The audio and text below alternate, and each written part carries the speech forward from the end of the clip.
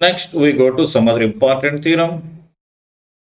A finite semigroup satisfying the cancellation laws is a group. See the statement once again. There is a finite semigroup satisfying cancellation laws. We have to show that the finite semigroup is a group.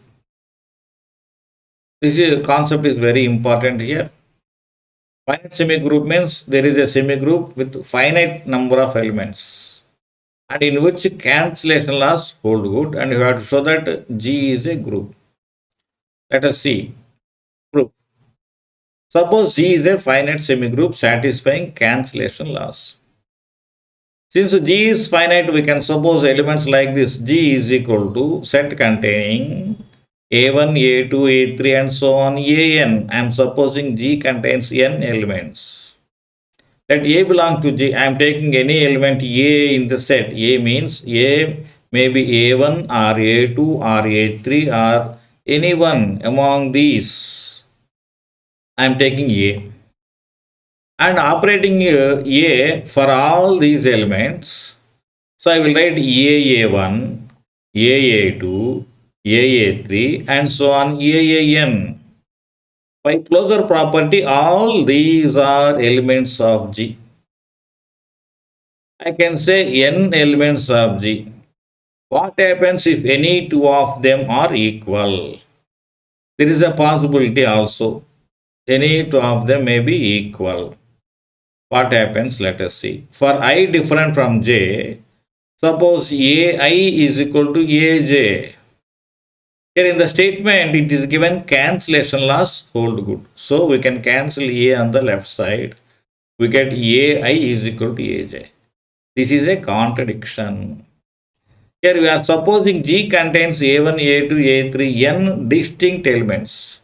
That means any two of them are not equal. Here we have arrived AI is equal to AJ. That is a contradiction. In the set notation, we write one element once only. We should not repeat. Here A1, A2, A3, N means G contains n distinct elements. Any two of them are not equal. Here arrived AI is equal to AJ. So this is a contradiction. So if any two of them are equal, we have arrived at a contradiction. Our supposition is wrong. We are supposing AI is equal to AAJ. We have arrived at a contradiction. So these two are not equal. That means all these are n distinct elements of G in other way. Therefore, all the n products, AA1, AA2, AA3, AN are distinct elements of G. Take any element B in the set G. So, all these are elements of G and B is also an element of G. So, one of them must be equal to B. Here, all these are elements of G. B is also an element of G. So, one of these n elements must be equal to B. So, I will write B is equal to AI for some I. That means we can say AX is equal to B has a solution AI. I will repeat. Thus, AX is equal to B has unique solution in G. Here, AI is the solution of the equation AX is equal to B. Again, consider the products like this. Here, I am operating A from left side of the elements. And here, I operate A on the right side of the elements. Consider A1A, A2A, A3A, ANA. And proceeding as above, here all these are n distinct elements of G, and taking B, one of them must be equal to B. So we get YA is equal to B has unique solution in G.